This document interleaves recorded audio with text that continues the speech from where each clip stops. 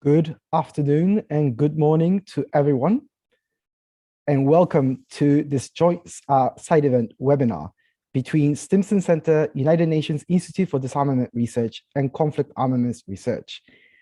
We will be beginning shortly. You are in the right place. We are going to wait a minute or so that all participants can join us. But we'll begin shortly, and welcome once again.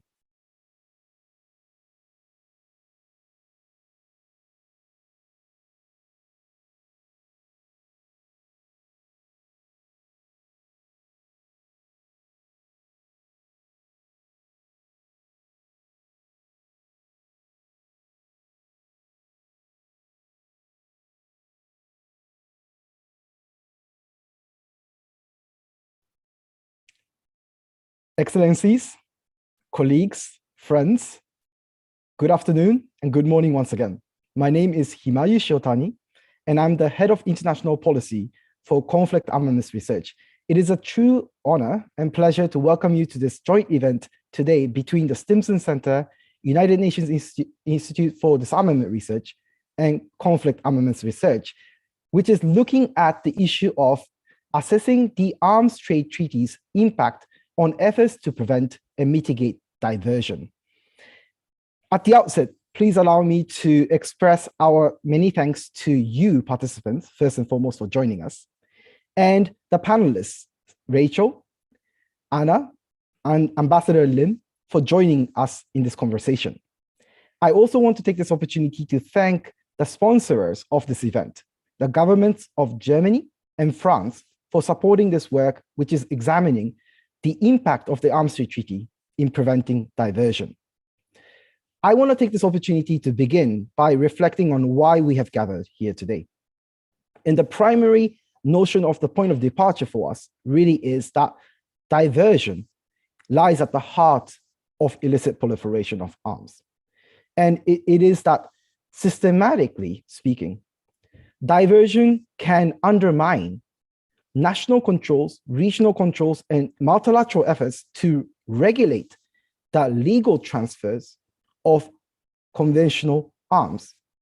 And with regards to this, the Arms Trade Treaty has acknowledged very clearly that preventing diversion, as articulated in Article 11, is a centerpiece to the effective implementation of the Arms Trade Treaty.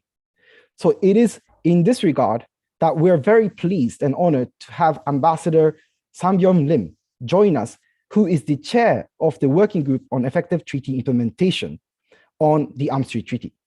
The second element of why we've gathered today is to look back to look forward. Essentially, we are interested to understand how practice and, let's say, systems have changed by state parties since the commencement of the Arms Trade Treaty in preventing diversion. We want to understand very clearly how the treaty can be leveraged and its implementation supporting member states at the national level to prevent diversion. So these two really, let's say, points that I just elaborated are the founding reasons of this convening today. And we look forward to our speakers that will make interventions very shortly. Just very quickly, as a housekeeping issue, I want to share that we have currently in this system, in this Zoom webinar, a Q&A function at the bottom of your screen.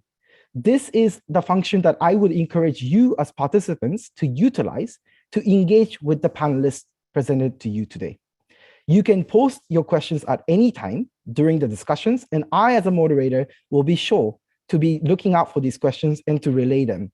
I may combine some questions that may have interrelationships, but I will be sure, if it's not addressed during the event, that the speakers themselves and myself will be sure to follow up with you if there were any things that remain unaddressed. So with this very quick housekeeping, let's say, comments, it is my true pleasure to invite remarks by Ambassador Sambyom Lim, Ambassador and Deputy Permanent Representative of the Republic of Korea to the United Nations and other international organizations in Geneva, who also serve currently as the chair of the Arms Trade Treaty Working Group on Effective Treaty Implementation. Ambassador, It is a pleasure to have you here, and the floor is yours. Thank you. Thank you. At the outset, I would like to thank the Stimson Center and Unidear and the Conflict Armed the Research for organizing this timely and very meaningful the event. And also thank for the invitation to me as the chair of the UGT, the Working Group on Effective Treaty Implementation. I'm very glad to have an opportunity to introduce today's event and also to share some progress that made and the current status of the work of the UGT, as well as the ATT in general in the area of diversion. As all the ATT stakeholders know, establishing the highest possible common standard for regulating international arms transfers and preventing the diversion of conventional arms are the primary objects of the treaty. For this reason, the state parties to the treaty have had focused their discussions on effective treaty implementation, including the key focus on preventing diversion. Since the establishment of Working Group on Effective Treaty Implementation by the third conference of the state parties, along with a sub-working group on Article 11, addressing diversion has been more or less a standing agenda item for discussion. During the CSP4 cycle, the Japanese president highlighted addressing the diversion of conventional arms. The UGT discussion on diversion in CSP4 resulted in adopting reference documents for the state parties and possible measures to prevent and address diversion. In the CSP5, the state parties adopted a multi-year work plan on Article 11, which is diversion. Due to the COVID-19 pandemic in 2020 and 2021, the multi-year work plan on Article 11 diversion has not panned out as initially planned. However, we have continued our discussions in the available format and time frame, and the main part of the discussion remained the same. The current rolling work plan is divided by the transfer chain stages, namely before the transfer, during the transfer, and at or post-delivery, based on general acknowledgement that the diversion can take place at any stage in the life cycle of a weapon.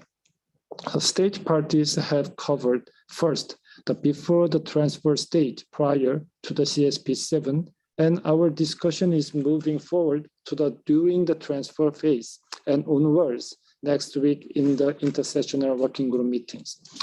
Throughout the discussion on preventing diversion, there was a general consensus among the participants on the critical point of preventing divergence, such as the importance of risk assessment, the matter of end user certification, the role of transit states in detecting divergence, the role of private sectors in mitigating diversion risk, and the role of post-delivery controls or monitoring. All these discussions were translated into the adoption of several essential reference documents for the implementation of Article 11, most recent of which included the element for assessing the risk of diversion last September. Also, we should not forget that the CSP6 established the Diversion Information Exchange Forum. In general, after the entering into force of the ATT, we did many things on the side of standard setting in the ATT framework, sharing best practices, and setting the ground for an enabling environment for the prevention of diversion among state parties in the last 7 years.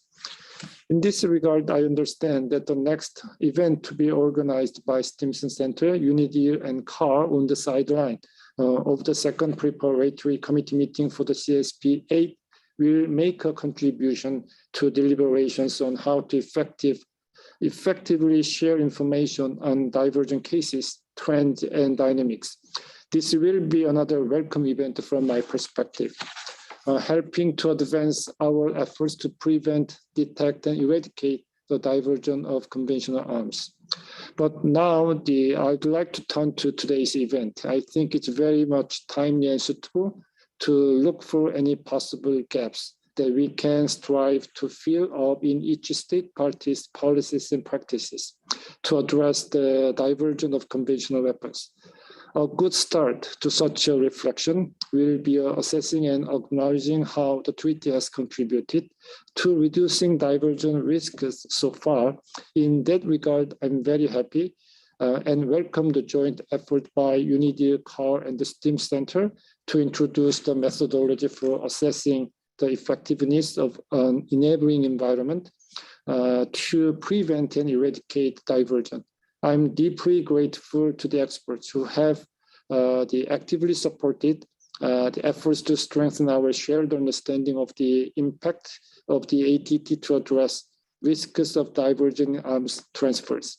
I look forward to the upcoming work of this research consortium. Without further ado, I would like to give floor back to our excellent moderator to introduce the panel. I look forward to hearing more about how the work to assess the ATT's impact on counter-divergent efforts in the coming years and months. Thank you. Thank you, Excellency Ambassador Lim, for your very insightful remarks. I would like to reflect on 3 points first before handing over the floor to our next speaker. First, Ambassador, thank you so much for recalling the process so far within the Arms Trade Treaty and the progress made by the working groups. And in this regard, referring to the multi-year work plan is extremely useful. And in particular, on the work that has already been conducted at the pre-transfer stage, in particular, end-user documentation elaboration, as well as risk assessment factors. But now moving on slightly towards the in-transit period, looking at transit transshipment matters, but also the role of private sector. These are good reminders for all of us to keep awareness of what progress has been made and the direction of the working groups itself.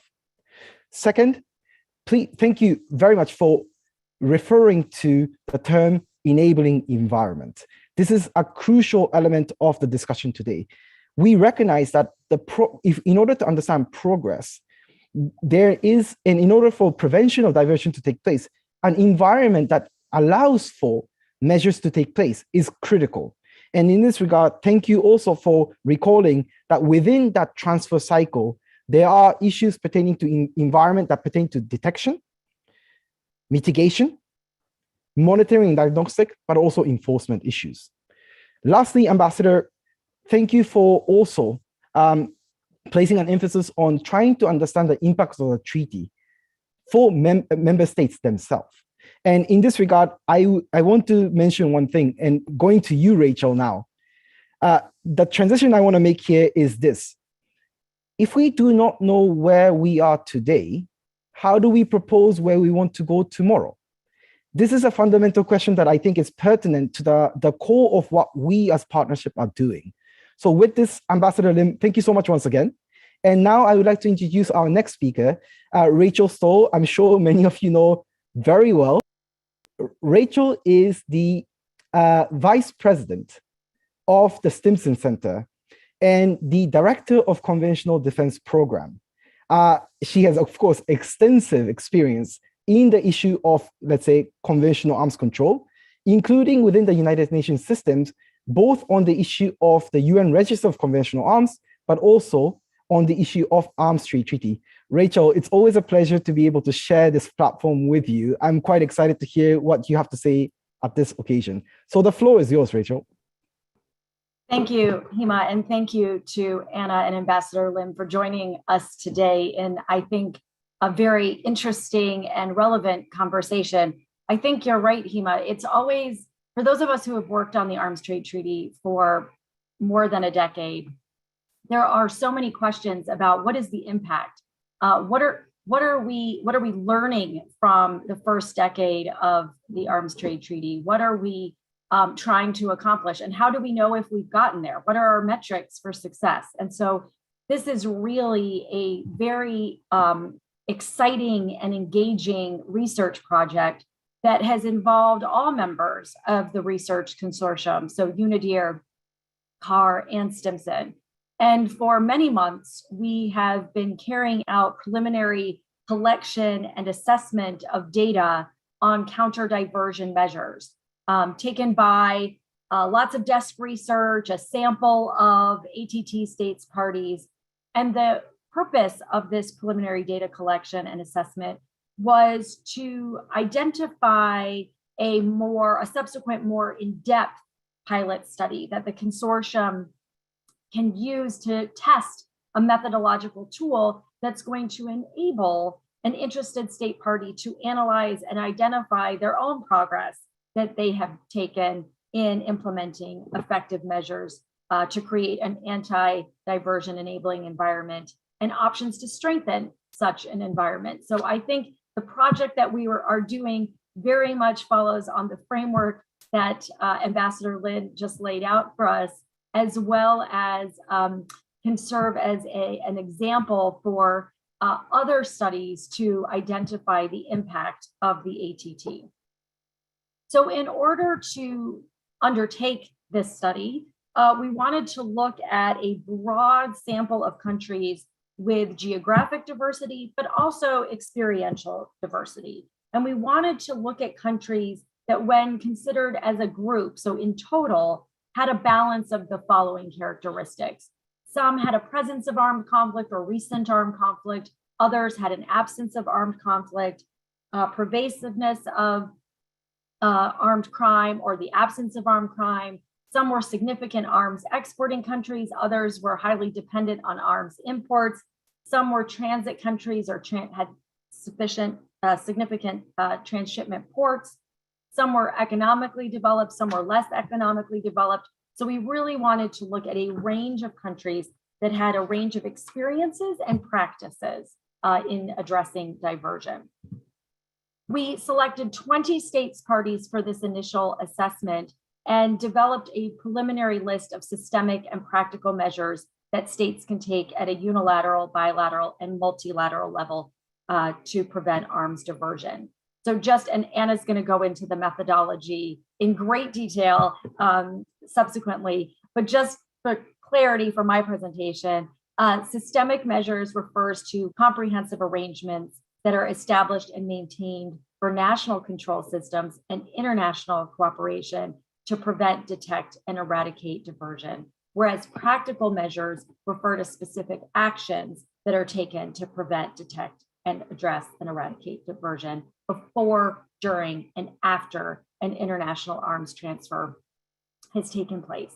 And for those who have been following the work of this consortium for the past few years, the counter-diversion measures were those that were identified in our second issue brief, for which we did an event, and you can watch that online after this if you missed it the first time. Measures to prevent, detect, address, and eradicate the diversion of conventional arms. There are also those that are consistent with the provisions of the Arms Trade Treaty, but also other related instruments and known best practices. So we then looked through the ATT initial report and the United Nations Program of Action on Small Arms and Light Weapons report, the questions whose answers could shed light on whether the reporting state has implemented any of those systemic or practical counter-diversion measures. So what have states self-reported? This was not us making the determination, but what they themselves have said. And we reviewed each of the ATT initial reports and UNPOA report templates that have been used since the ATT's entry into force in 2014. And we identified all of the potentially relevant questions that could shed light on states' practices. We then developed a matrix that, when used to the extent possible, matches a counter-diversion measure to a corresponding ATT or initial report or UNPOA report question. So you can imagine the size of this Excel spreadsheet. So what did we find from this preliminary assessment? We wanted to do this initial assessment so we could identify additional countries or the pilot study countries, but also to be able to have an ability to refine the methodology and identify additional steps that might need to be taken. And to that end, we found that there were significant information gaps and limitations in relying solely on the ATT initial reports and the UN POA reports to assess whether states have taken counter-diversion measures. For example, several states parties included in that preliminary assessment submitted no initial report or only a private initial report, or didn't answer some of the questions that we found particularly relevant to counter-diversion measures, or they just provided a basic yes or no response without any detail that allowed us to draw further conclusions. Interesting as well is that not all of the counter-diversion measures that we were interested in actually were mentioned in the questions or in the answers themselves. So this insight informed the selection of states parties to include in our subsequent more in-depth pilot study, and looking at what information that we had and other potential sources, we developed a short list of countries that will be featured in the pilot study. We also had to identify which counter-diversion measures weren't included, which, as I said, allowed us to refine the methodology that Anna will speak to and identify the specific information gaps for the countries in the pilot study so we could develop interview questions and identify other sources of information. So I just want to share briefly some of the preliminary research findings that we have.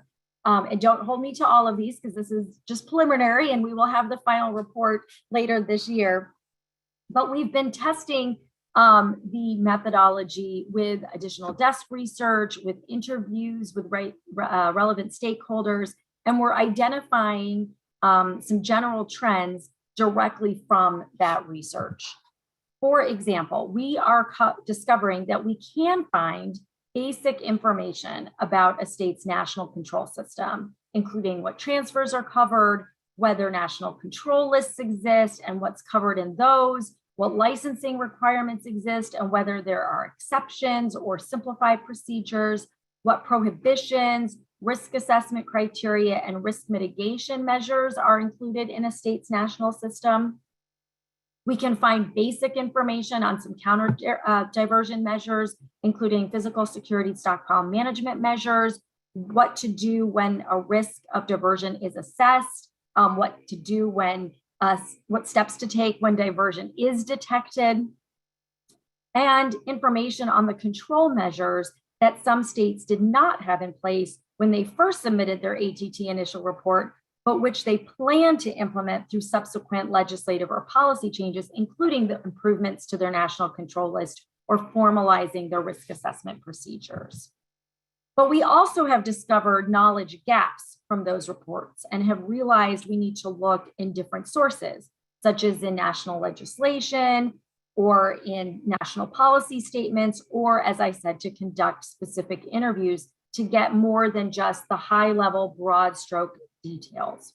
So to get a sense of how controls, and in particular counter-diversion measures, have evolved since a state joined the ATT, we've had to ask states directly because initial reports in many cases were submitted once and have not been updated.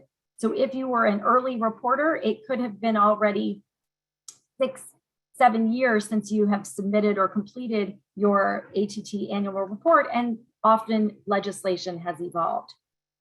We also know that in some cases, national control systems have been strengthened in ways that could meaningfully impact a state's ability to counter arms diversion since the ATT, since they joined the ATT, but those changes, such as strengthening the penalties for diversion-related offenses, amending national legislation to explicitly include the ATT among international regulatory frameworks that apply to arms transfer decisions, clarifying and expanding regulations for arms brokers and the transit transshipment of conventional weapons. We are finding in their national literature many cases of improvements that are not reflected in either ATT or POA reports. And so we want to make sure that we're reflecting the actual reality of the situation for those governments. It's not only the positive developments that aren't fully captured, it's also the challenges that some states have faced in their efforts to enhance their national control systems. Some states, for example, have been unable to bring about the changes they describe in their initial reports, which are necessary to implement the ATT. And we've found that in particular, states are finding difficulties with respect to changes that require new or amended legislation, that often takes a very long time for countries to implement.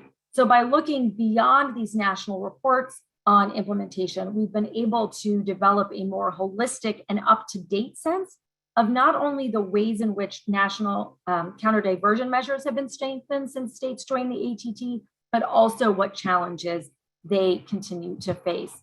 And finally, I just want to end with a last note on the challenges of doing this kind of research, because we hope that this methodology can be replicated looking at other elements of ATT implementation. There are significant language barriers and other accessibility issues that are creating further knowledge gaps. So in some cases, the initial report or the POA report may be in one of the 5 the official UN languages, but in other cases, it may only exist in a national language, which the researchers may not have knowledge of. And it may require translation before we can use it, which is often difficult and expensive. In some cases, the laws and policies are also made available on government websites that are difficult to navigate or only available to those within government. So that also limits our access. And sometimes we have found that government websites may actually post conflicting information about when amendments occurred or what the current policy is. So it's a little bit challenging sometimes to trace how things have developed over time and getting the right timeline for the improvements in the system. I'm going to stop there and turn over to Anna, but thank you to all of you for joining. I'm delighted to see how many participants we have eager to engage on this topic, and I wish Ambassador Lim all the success for the working group meetings next week. Thank you so much. Thank you, Rachel, for walking us through what I might describe as the preliminary baseline assessment approach that Stimson has been leading under the consortium. A few reflections here. First, thank you for elaborating on data, let's say, collection scope. And I found it really interesting that, the approach has been to start, of course, with officially reported measures from state parties.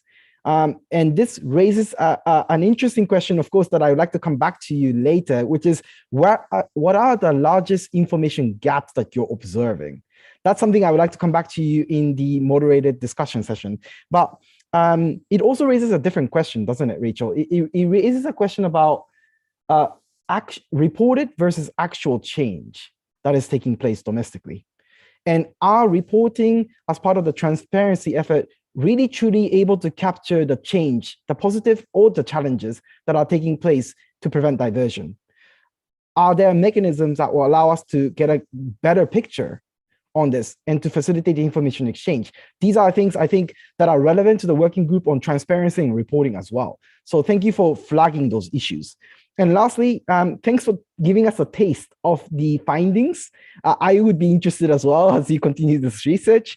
But I wanted to mention one thing, which is I took note very clearly of the national system or national systematic measures and challenges around that.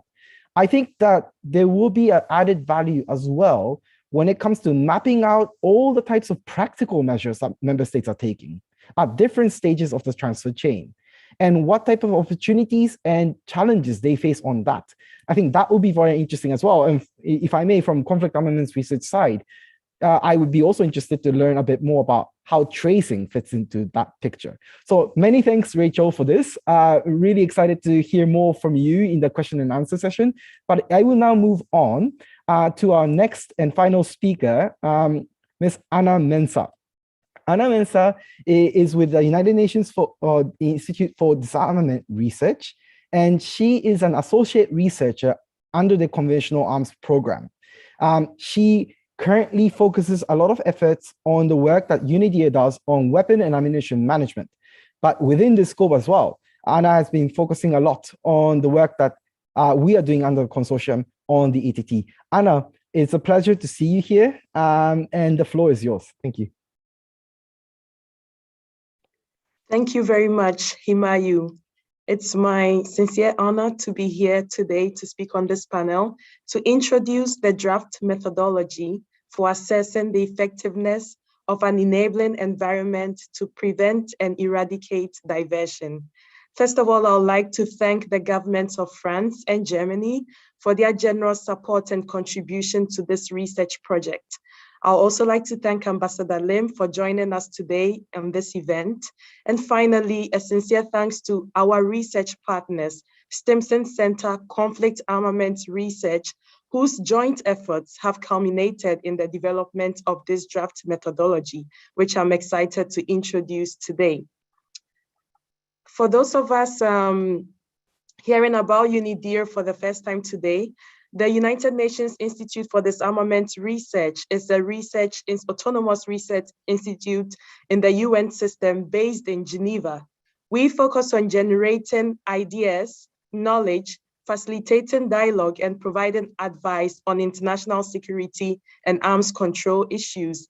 This is why we are so excited and honored to be part of this research consortium working on this very important topic.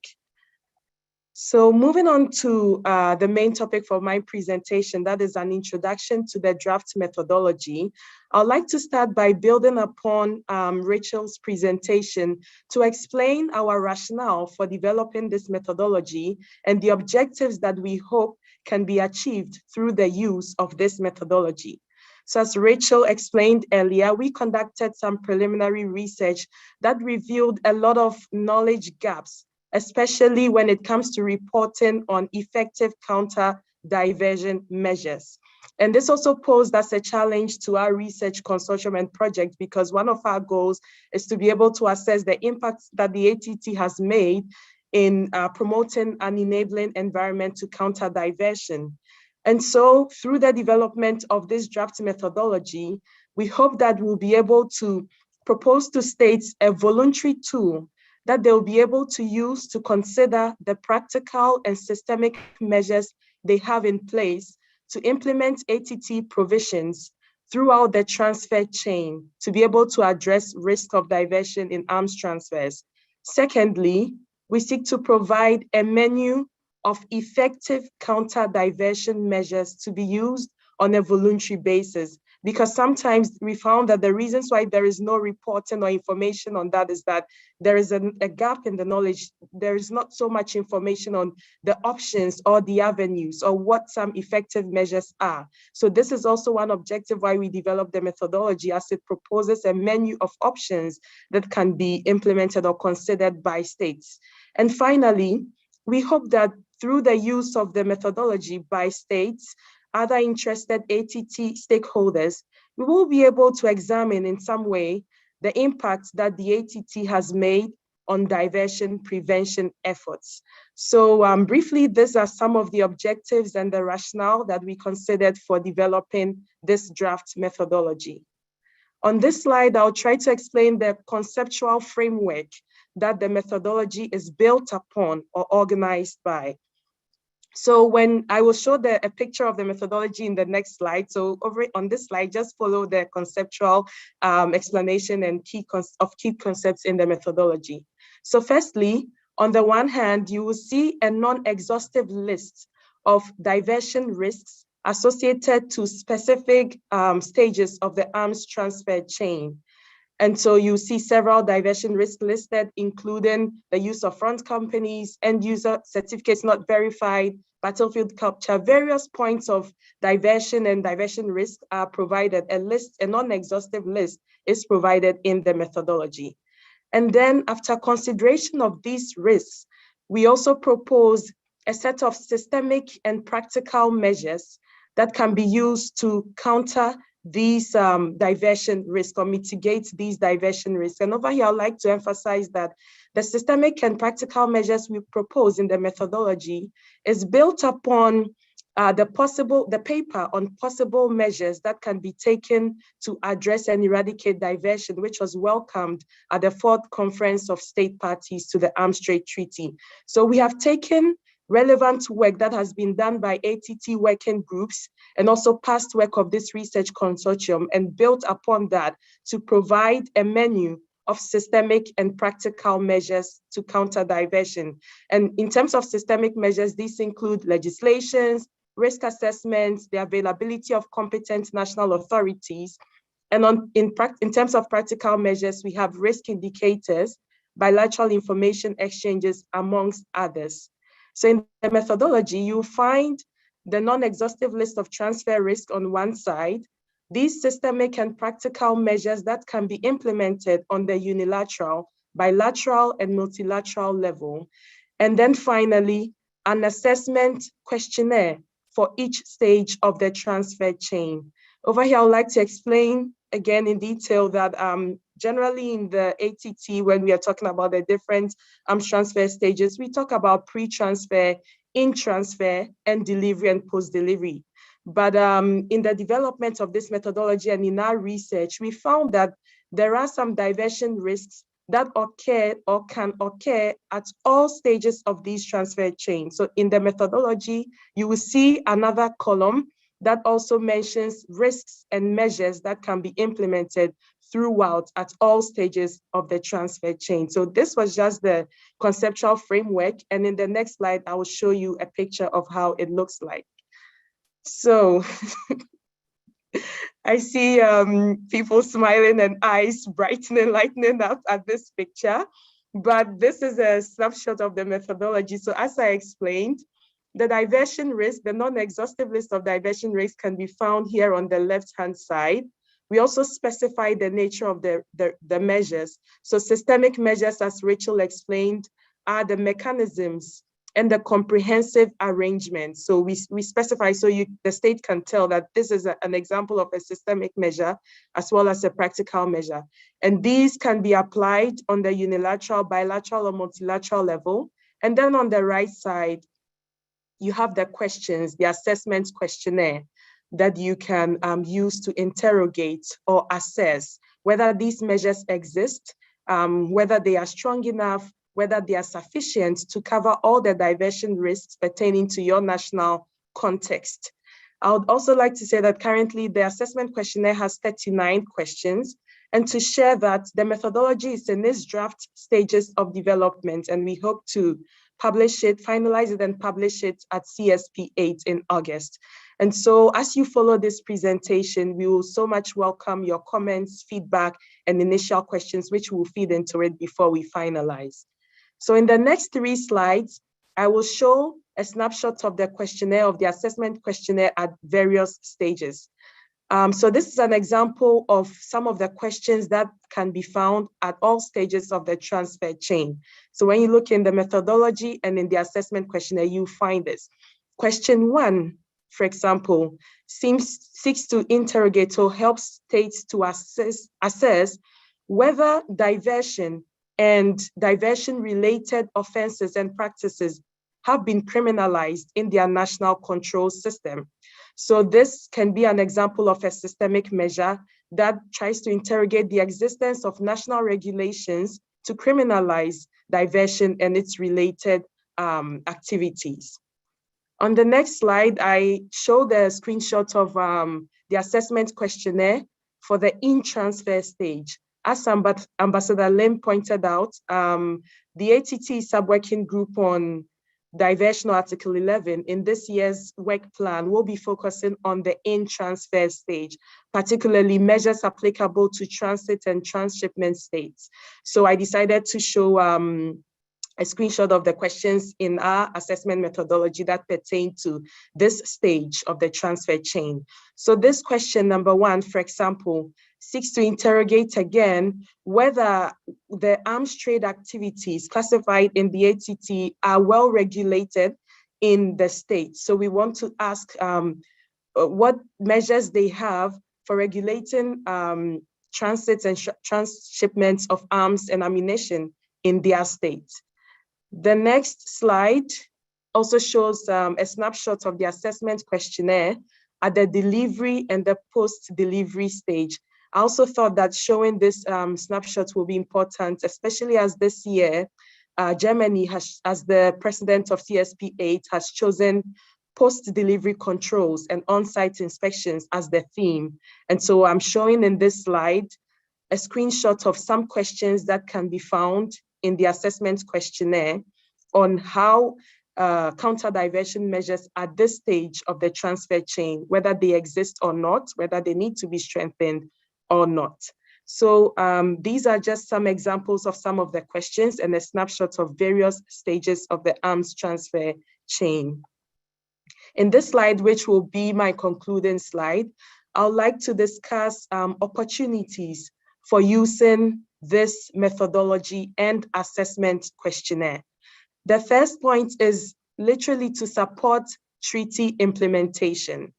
Ambassador Lim mentioned, Hima, you mentioned, Rachel mentioned, and I'm also reiterating, Article 11 of the ATT states that all states parties engaged in conventional arms transfers should implement measures to prevent their diversion.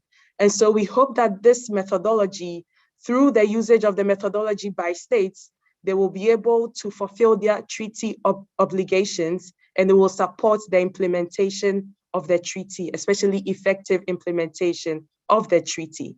Secondly, we hope that the use of this methodology can support in the identification of diversion risks and how to mitigate them. Himayu mentioned in his introductory remarks that this event the discussion is to help us to look back to be able to look forward. If you do not have an idea or information on the diversion risks, you will not be able to determine which counter diversion measures will be very important or relevant for those risks. So that's why the methodology proposes the non-exhaustive list of the diversion risks.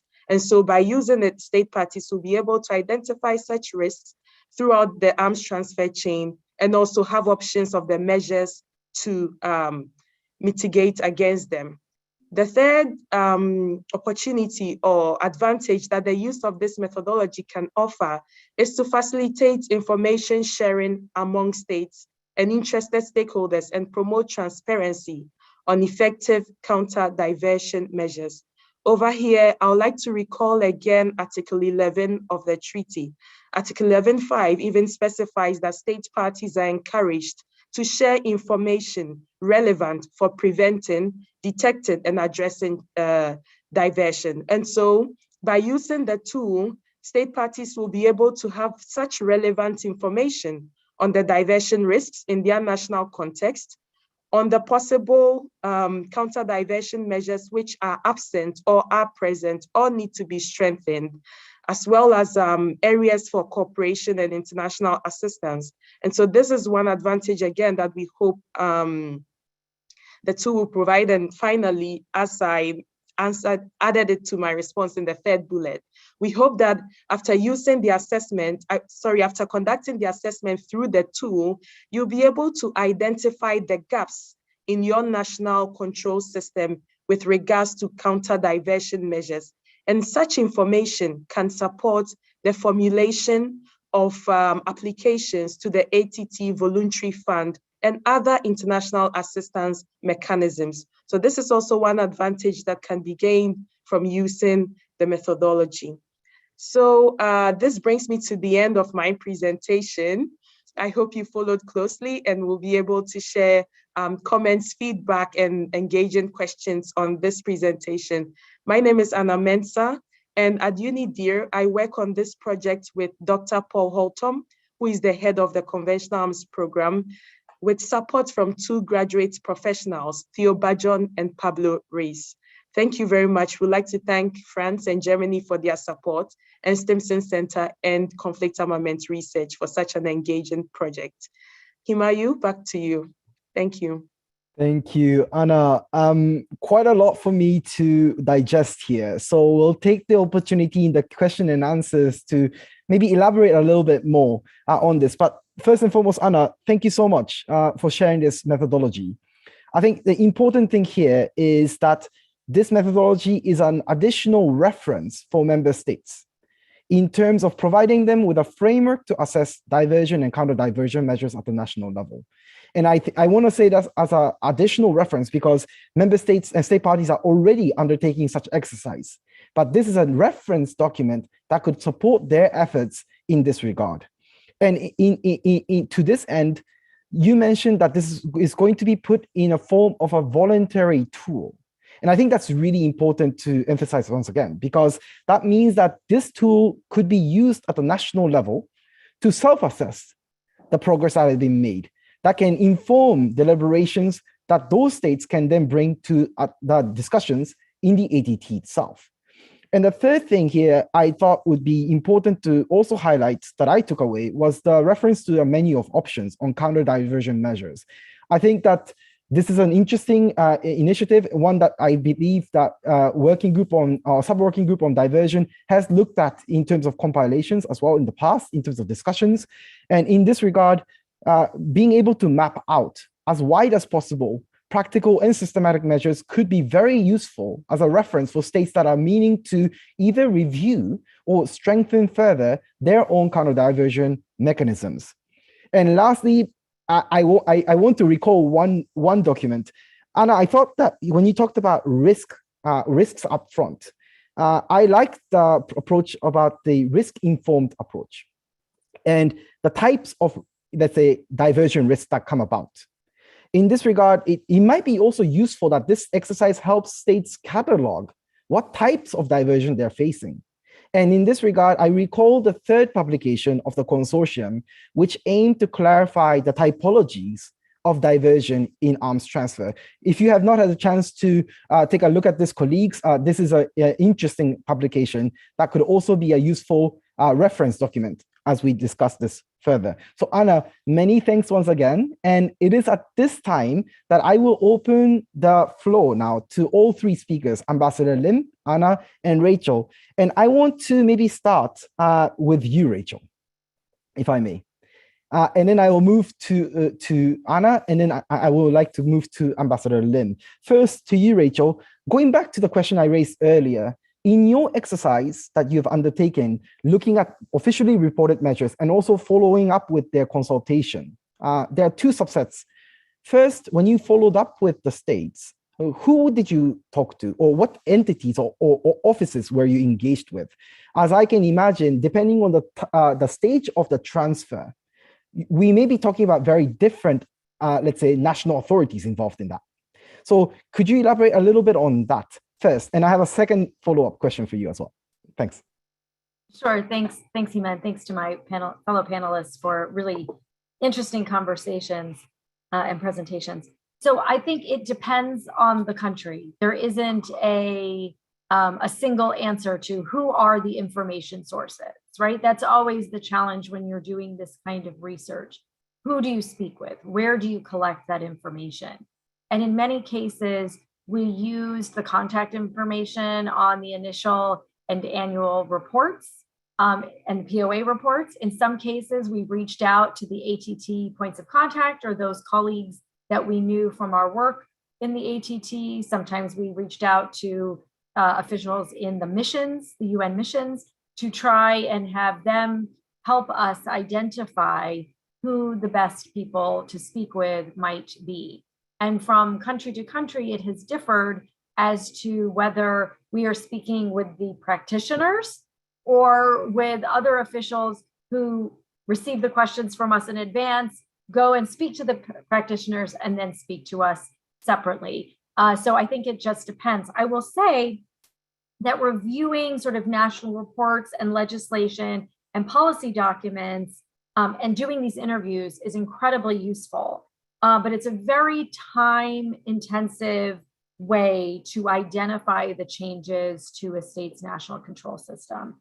So to that end, I just want to say that we're very encouraged and appreciative of how many states parties have offered insights on updates to their national control systems in statements or presentations that they give at either ATT meetings, working group meetings, plenary sessions, the CSPs themselves, as well as UN POA meetings, because we have found these presentations to actually be a really concise and informative description of the changes in ways that you cannot identify if you're both reading the material or doing interviews themselves. So I just want to encourage states to continue to do that self-reflection themselves and to present that to other states' parties as examples of good practice, of impact, and of changes to their national practice.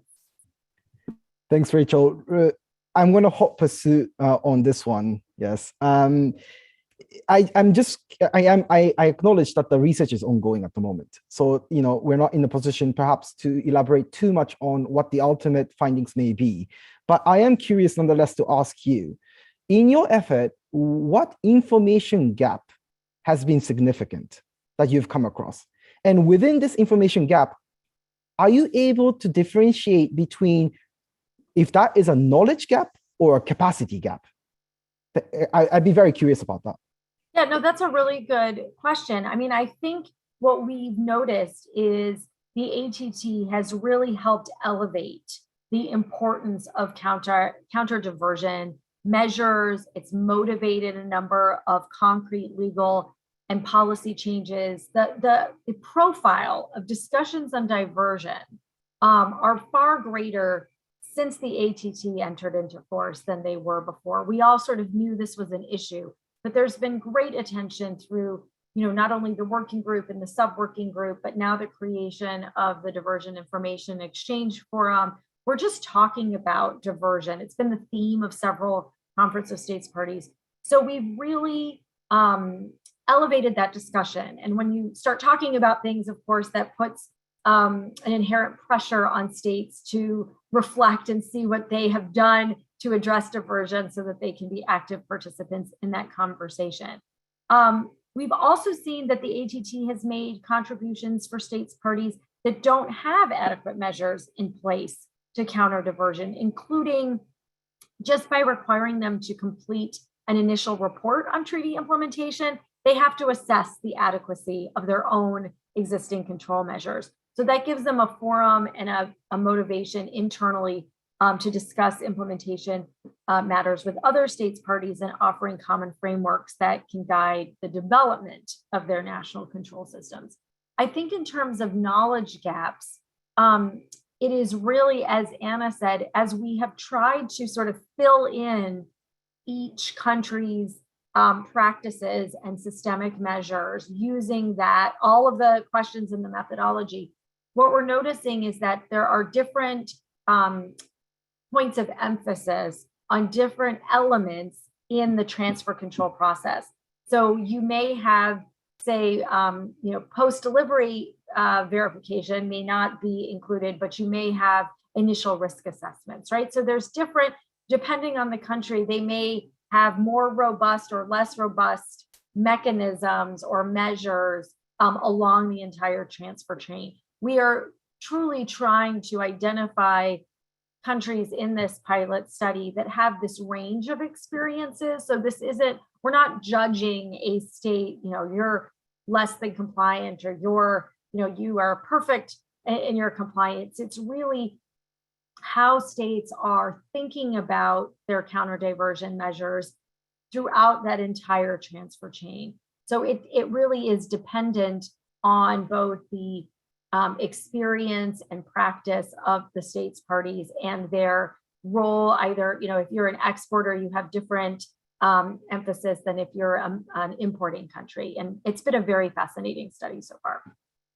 Thanks, Rachel. I think that's a really important point, that there is no one size fits all when it comes to assessing the progress that member states and state parties are making on preventing diversion. And I think that your elaboration on the fact that it depends on where the states themselves put the center of gravity on what they deem to be the most effective way to prevent diversion is a critical point.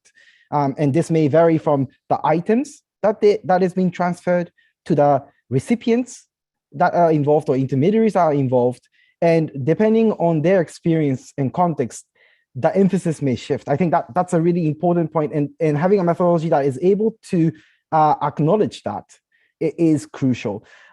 Thanks, Rachel. Now I'm coming to you, Anna, a little bit. There was a lot in your presentation, and I just want to get a little bit deeper dive in on one or two issues. First, identifying diversion is one thing as part of diagnostic and monitoring. But there have been questions in the past as well when we had this dialogue about what do you do once you detect diversion, including elaborations on enforcement measures. If you are able to shed some light, if possible, within the methodology that pertains to that aspect, reacting to diversion incidents, what do you do? How do we assess that? What are some of the enforcement elements that come into play at the domestic level? That would be something I'm interested to hear from you, because there have been discussions within the ATT as well when it comes to implementation. And implementation crucially has to be able to address what happens when diversion occurs. So Anna, please, if I can hear more about that. Thank you very much, Himayu, for this question. Very interesting and pertinent. So first of all, when a diversion incident is detected or realized, one important measure that the ATT itself even recommends is to alert potentially affected states. And so this is one measure that can be taken as a first step when an incident of diversion is detected. Second, that there is the examination of the diverted shipment if you are the state that has received this illicit transfer or diversion. And then thirdly, some of the measures include follow-through and law enforcement investigative capacities, as also underlined by information sharing. And so the ATT also encourages states to share such information regarding the illicit trafficking routes. So what routes the people who committed the diversion or the offense used. So such information can also be shared as part of the measures that can be taken once a diversion incident has been detected. So briefly, these are some few measures that even the ATT itself recommends that are also contained in our methodology as part of the options or menu of options of counter diversion measures that can be implemented. Thank you, and back to you, Himayu. Thanks, Anna. That's interesting, because what you mentioned at the end is one for reflection for us, I think, because you noted that, these type of measures that are taken should alert our recipient or parties involved in a transfer, regardless of which point in transfer they're involved in, and that this information could be useful as well for state parties to exchange information. This makes a reflection about the Diversion Information Exchange Platform forum that Ambassador Lim discussed before, the DIF. And this may be something that perhaps you might consider consulting further on how such a framework could be supporting state parties to utilize to inform deliberations that are taking place. Ambassador Lim, thank you for your continued participation. I am very interested to pause for a second and to hear if you have any initial reflections or reactions about what has been presented by my colleagues, Rachel and Anna, including the role that civil society can bring on to supporting state parties in the implementation of, let's say, provisions that are applicable to the prevention of diversion. Thank you, Ambassador. Thank you very much. This is very interesting and informative. And then I think that the work of the civil society is surely the complement of the work of the state parties. So I think this type of the efforts, as you mentioned, could be additional reference for the member state. It will be a good the future reference, and then the criteria to consider domestic the measures and controls of the member states. It will be a very good basis for the future the discussions in the working group on the effective implementation, especially the Article 11. And I think that the diversion to mitigate and then control the divergence, there are some elements to take into the consideration. The first one is the domestic control and also the information sharing. And then, these are the two important areas. And then this type of methodologies surely will contribute to check again how strong the domestic control, and if some countries who are developing their own domestic controls, it will be a very good references. Thank you. Thank you, Ambassador, for reinforcing the points I've made and your support in this endeavor. Colleagues, having done an initial round of discussion, I will now take one or two questions from our participants. First one I wanted to ask you, colleagues, was regarding solutions and challenges with regards to technological development. As technology develops and further, let's say becomes available to actors involved in the transfer, it may raise both opportunities, but also challenges to prevent diversion. So first question to both of you, Rachel and Anna, is how are the methodologies and approaches taking into consideration these developments? So perhaps I can hear first from Rachel and then Anna, please. Thank you. Sure. So there's different ways that we can think about how technology is impacting diversion, right? It makes new capabilities to divert weapons, right? Taking advantage of technological advances, but it also makes diversion detection potentially more feasible. So it can be both a negative and a positive in terms of identifying a diversion and addressing diversion. It also, the improvement in some technology and information sharing, making that in real time, identifying algorithms that can find trends in ship manifests or in particular freight forwarders or suspicious or suspect behavior, identifying aliases of known bad actors. There's ways in which those kinds of cyber and networking technological advancements can benefit. It also, on the flip side, allows those nefarious actors to take advantage of that technology and to make changes to the way they conduct their business.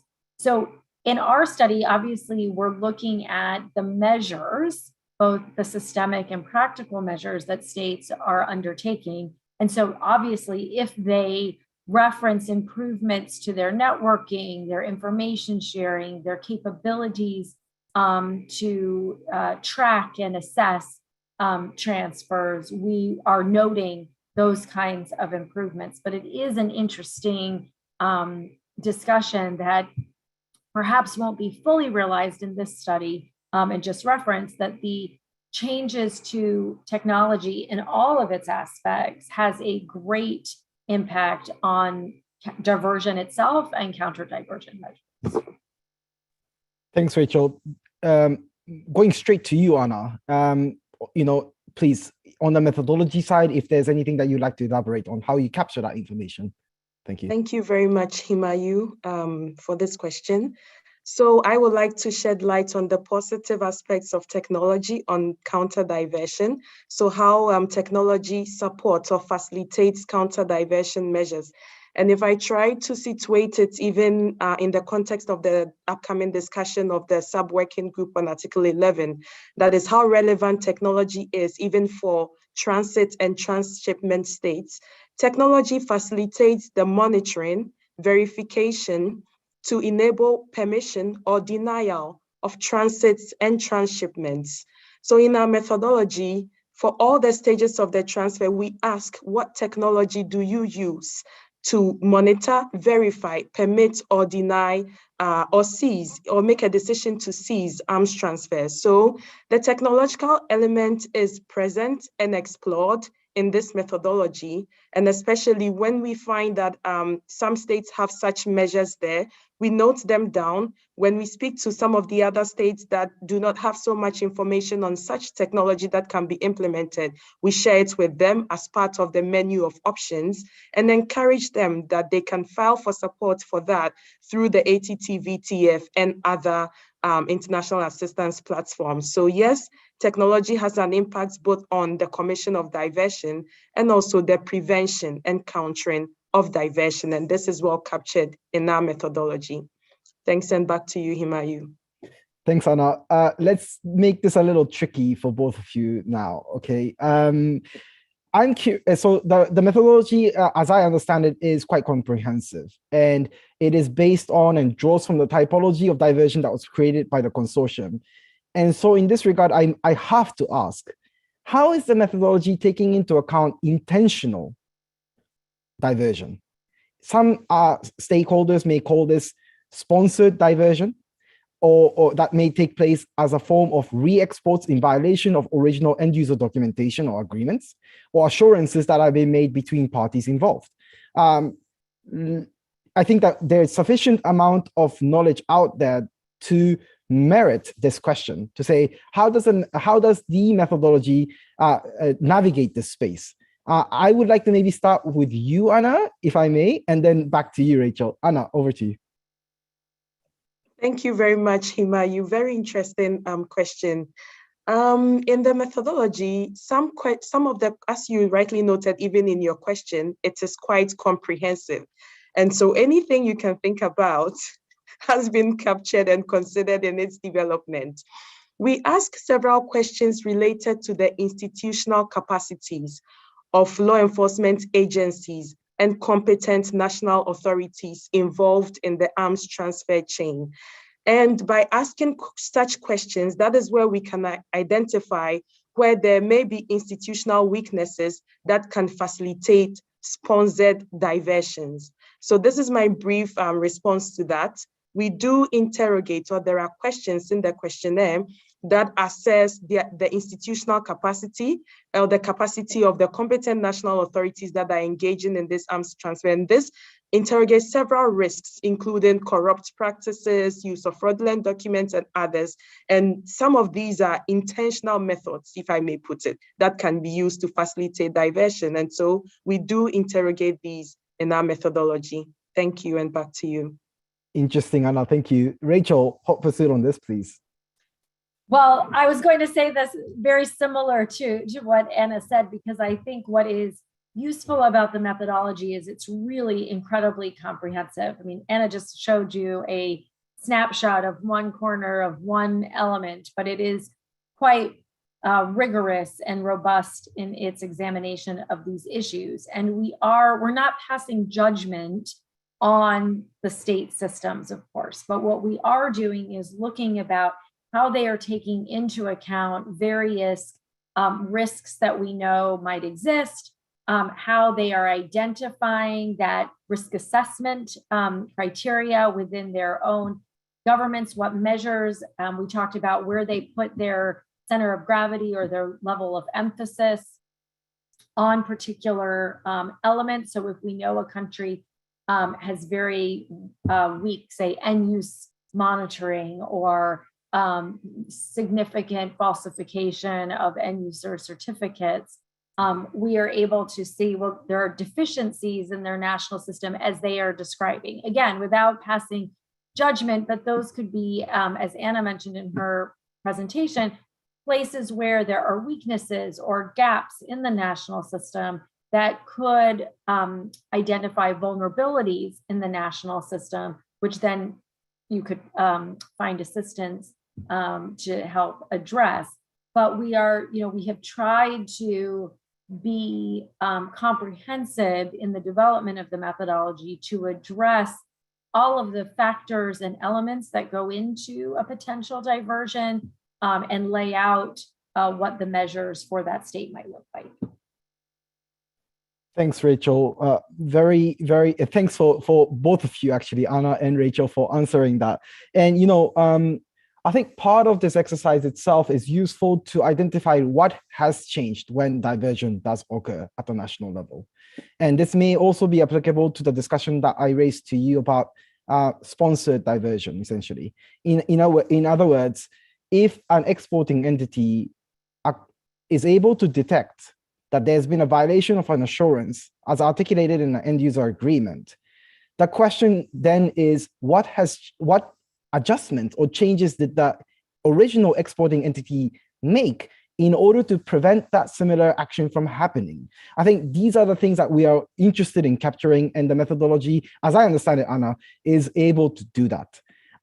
colleagues, we have now talked quite a bit about the methodology itself. We got more insight about what it covers, its scope, and with the complementary remarks from the ambassador, we are approaching more of a near to the end to this event. So what I want to do is, in the final round, I want to ask each one of you if there is one thing that you would like us to take away from this, while looking forward to the upcoming working groups and the Conference of State Parties. What might that be?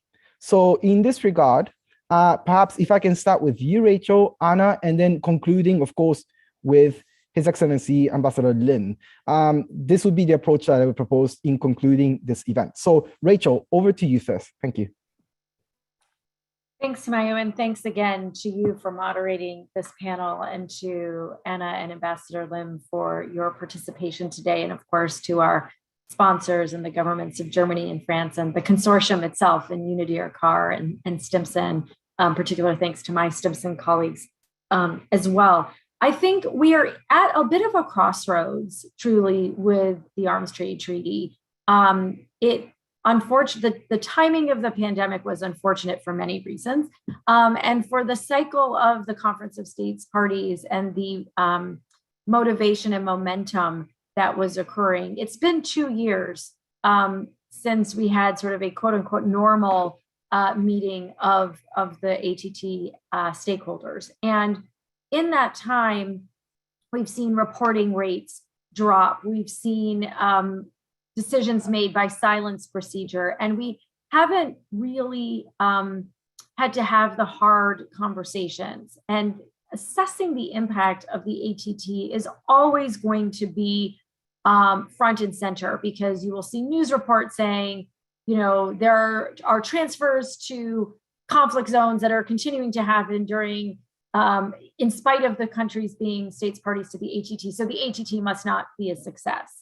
And on the flip side, you see others holding up the ATT as the, you know, the singular tool that is going to solve all the problems associated with the unregulated and irresponsible transfer of conventional arms. And the truth, of course, lies somewhere in the middle, that we can identify where progress has been made because of the ATT, and we can identify where there are still gaps to fill, and to recognize that a single treaty is not going to reflect an immediate change in behavior of states. And so what I think is so, for those of us who are really committed to seeing the ATT succeed, I should say, because there are those that are not, but for those of us who are committed to that result, I think it's really important that we identify ways to measure impact and to measure success, and to be able to be very specific about where those gaps are and what measures can help fill those gaps